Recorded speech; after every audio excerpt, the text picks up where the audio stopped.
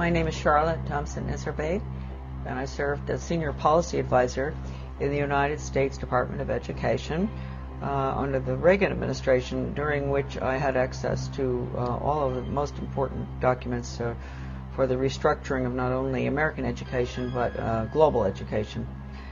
And I'm also the author of The Deliberate Dumbing Down of America, which gets into all of this, gives the background of what I saw not only in the Department of Education but as a local school board member. I was trained to identify the resistors to the sex ed, drug ed, alcohol ed, suicide ed, death ed, those good, smart Americans who realize that anything that has education hanging off the end of it is probably not what they're looking for. I was trained to identify those good people and to go up against them, and actually to go and try to get them to join us through the group process system, make them feel important, get them on a committee. And when that just blew my mind. I have to say, people often ask me, what is it that got you involved in education? Well, finding out what I saw at the local level certainly upset me. When I went and I saw that Americans were being trained to identify resistors, then I got pretty upset. And luckily, there was a big book that came with the in-service training called Innovations in Education, A Change Agent's Guide. And I was able to take that back home with me. Unbelievable examples of how to con the Christians and different people who are upset with what you're trying to do, how to bring them over to your side, case studies, true case studies of educators who had put programs in that normally, in a normal American town, nobody would want them. How did they manage to get them in? How did they con the people? And the other thing was, not only was I trained to identify the resistors, I was trained to go to the important people, high profile, highly thought of people in the community, with the Rotary and Chamber of Commerce, Garden Club, you name it, the different groups in our towns. Go to them and convince them of the importance of these new programs like sex ed, drug ed, I just mentioned all of them, and to get them on your side, because when you can get the leadership in a community to go along with it, then the newspaper comes in and says, a committee's been set up with the head of the Rotary and this and that, and they're all getting behind this task force to discuss whether we're going to have a new sex education program. And then when Mary Jones, who ordinarily would think, why would we want to have a sex education program when we don't have any problems with kids having sex or anything, so she might be concerned. She might be one of the resistors. She reads that her best friend, who's the head of the Garden Club, is on this committee, and she thinks, oh, well, hey, Mary Appleton is on that committee. She's heading it up. It must be okay. So I was taught really how to con the community. They always call everybody by the first name. You have to get very, affectionate with people and say, William, I'm so glad you've come to this meeting, and I understand your concerns about this program because, I've had other people. Usually it's the really bright people in the community who have these concerns. And would you like to join our group?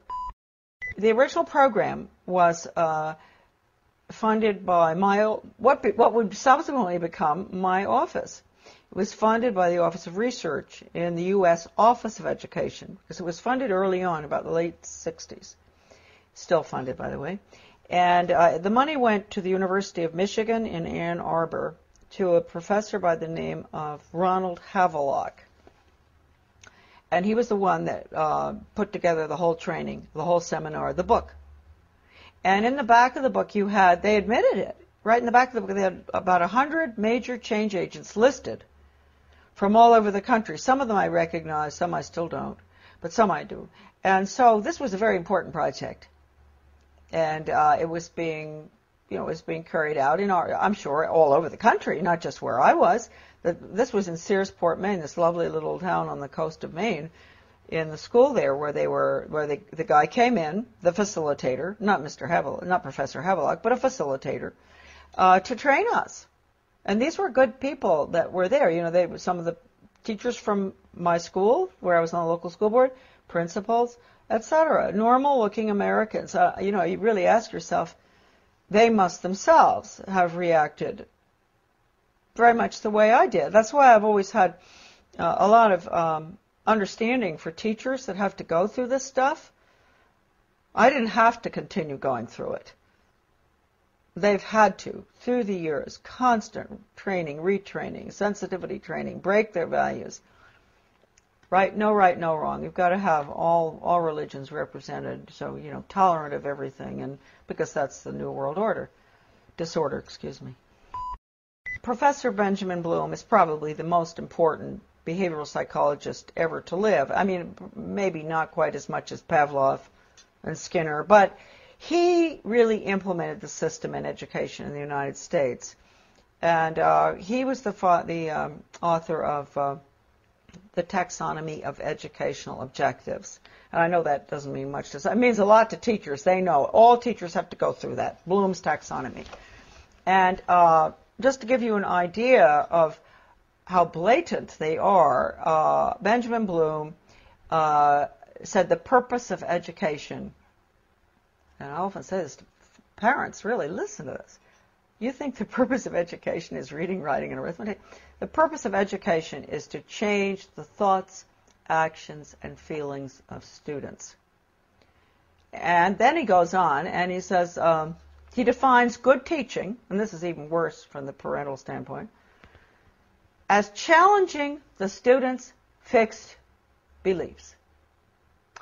And then, in some of his works that I have, that are in my book, a lot of this stuff is in it. When he says challenge, does he mean challenge or does he mean change? Change their fixed? Yeah, through challenging. It's through challenging. You go up against them, and you change them. And you asked a good question, because then he goes on in one part of the taxonomy that is in my book.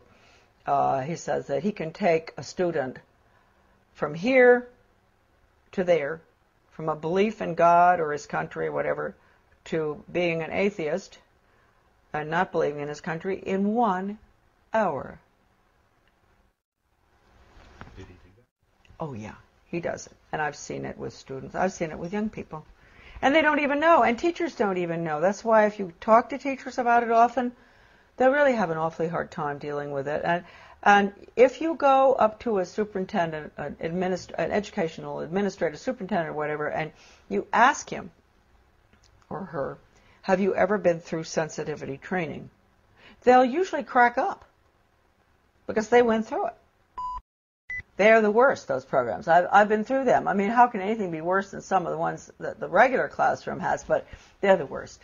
What do they teach the children? To bring about change. They put them through role-playing, psychodrama, all these psychological techniques where they play the part of starving children, and the other one plays the part of a very wealthy industrialist child. And, you know, they bring about the attitude and value change through the emotions.